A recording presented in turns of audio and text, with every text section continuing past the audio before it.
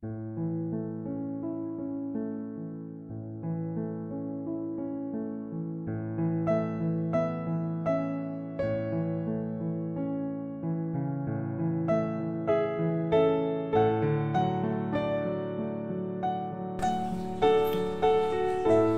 pagi, salam sehat, salam sejahtera buat saudara-saudaraku yang seiman.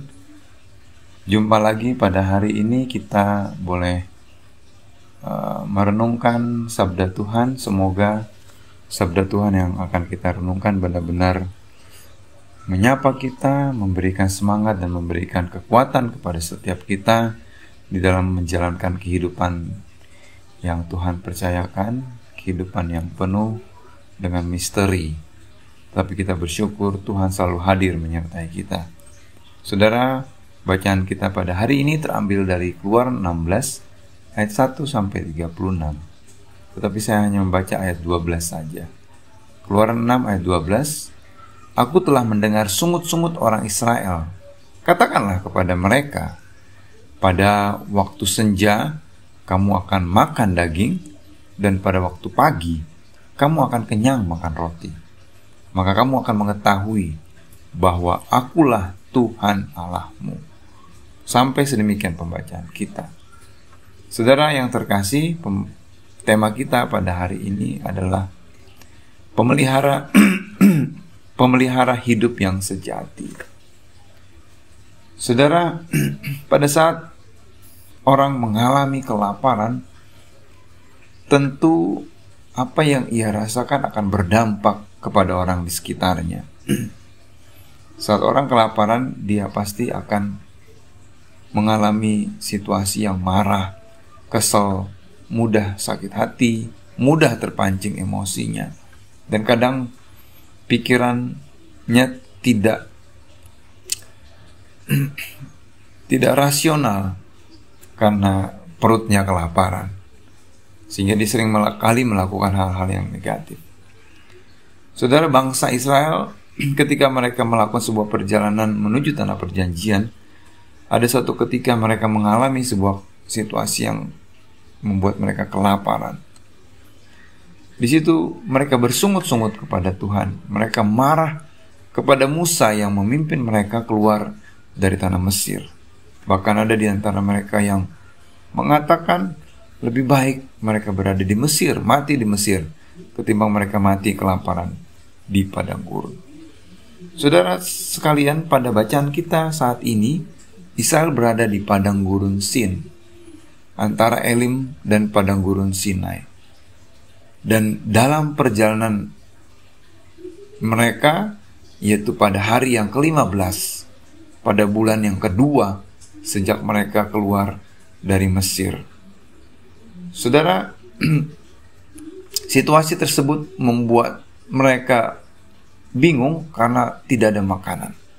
Tetapi bukan berarti Tuhan tidak memberikan mereka makanan, hanya mereka mengalami sebuah situasi yang membuat mereka bertanya-tanya apakah Tuhan memberi mereka makan.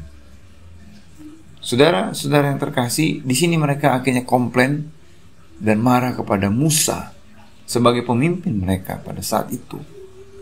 Tetapi kalau kita melihat dalam bacaan kita di sini, Tuhan tidak marah kepada bangsa Israel. Walaupun bangsa Israel bersungut-sungut terhadap Musa, artinya juga sungut-sungut itu kepada Tuhan. Tuhan tidak marah. Tuhan mendengar keluh kesah bangsa Israel pada saat itu. Maka Tuhan dalam bacaan kita mengatakan,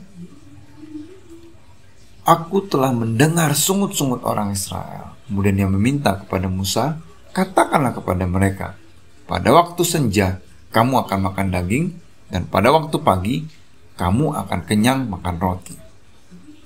Saudara, ini adalah perintah Tuhan untuk Musa sampaikan kepada bangsa Israel. Dan tentunya kita melihat bangsa Israel benar-benar merasakan adanya makanan yang Tuhan berikan kepada mereka.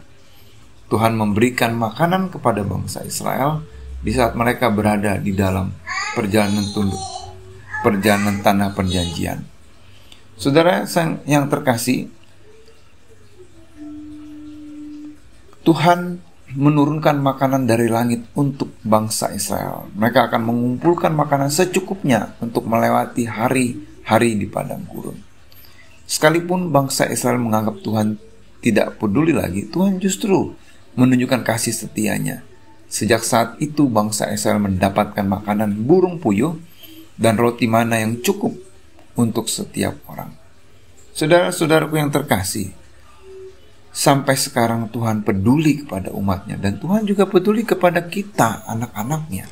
Dalam kesulitan, dalam masa sukar, Tuhan selalu hadir dan Tuhan selalu menolong. Seringkali kita meragukan penyertaan Tuhan di dalam kesukaran, di dalam kesulitan yang kita alami. Tapi ketika kita berdoa dan memohon kepadanya, Tuhan akan mendatangkan pertolongannya. Tuhan akan mendatangkan penyertanya kepada setiap kita. Maka dari itu mari kita tetap yakin, bersandar kepada Tuhan dalam situasi apapun, dalam kondisi apapun.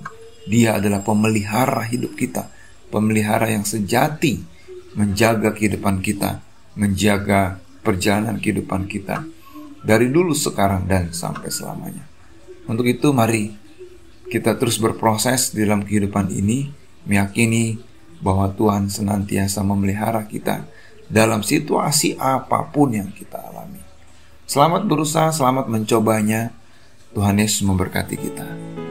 Amin.